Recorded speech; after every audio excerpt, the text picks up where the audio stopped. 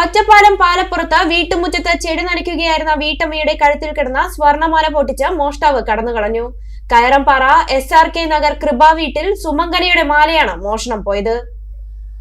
ചൊവ്വാഴ്ച വൈകിട്ടോടെയാണ് സംഭവം ഉണ്ടായത്. വീട്ടുമുറ്റത്തെ ചെടി നനയ്ക്കുകയായിരുന്ന സുമംഗലയുടെ മാല മോഷ്ടാവ് പിടിച്ചു പറിക്കുകയായിരുന്നു. 2 പവനോളം തൂക്കമുള്ള താലിയടക്കമുള്ള മാലയാണ് നഷ്ടപ്പെട്ടത്. വീട്ടുമുറ്റത്തുള്ള ചെടികൾ നനയ്ക്കുകയായിരുന്ന സുമംഗല ഗേറ്റ് ഉള്ളിൽ നിന്നും പൂട്ടിയിരുന്നു. ഇതിനിടയിൽ മോഷ്ടാവ് മതിൽ ചാടി കടന്ന് സുമംഗലയുടെ വായ പൊത്തിപ്പിടിച്ച് കഴുത്തിൽ കിടന്നിരുന്ന മാല പൊട്ടിച്ച് രക്ഷപ്പെടുകയായിരുന്നു. ഇവിടെ നനച്ചുകൊണ്ടിരിക്കുകയായിരുന്നു. ഒരു 5:45 സമയം. അപ്പോൾ ഈ അരിയലയുടെ ശബ്ദം കേട്ട് തിരിഞ്ഞു നോക്കുമ്പോഴേക്കും ഇടത്തെ കൈ കഴുത്തു കൂടിയിട്ട് വായ പൊത്തി പിടിച്ചങ്ങനെ വലിച്ച് അതേ കയറി. അത്ര ഉണ്ടായുള്ളൂ. വീണില്ല. ഉടുപ്പൊക്കെ നനഞ്ഞു. ബോസ് ഉണ്ടായിരുന്നല്ലോ.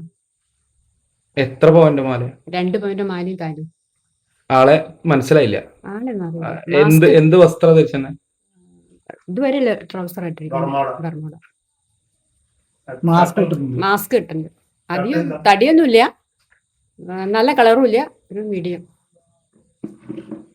മോഷ്ടാവ് മാസ്ക് കൊണ്ട് മുഖമറച്ചിരുന്നതായി സുമംഗല പറഞ്ഞു. ഇറക്കം കുറഞ്ഞ പാന്റും ഷർട്ടുമാണ് മോഷ്ടാവ് ധരിച്ചിരുന്നത്.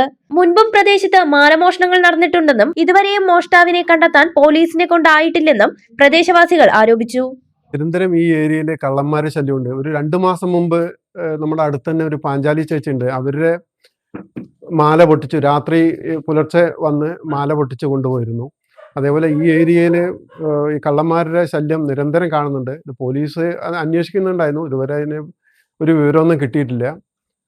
അപ്പോൾ പോലീസും നാട്ടുകാരും ശരിക്കും ജാഗ്രത പുലർത്തേണ്ട ഒരു സമയം തന്നെയാണ് ഈ സംഭവത്തിൽ ഒറ്റപ്പാലം പോലീസ് അന്വേഷണം ആരംഭിച്ചു.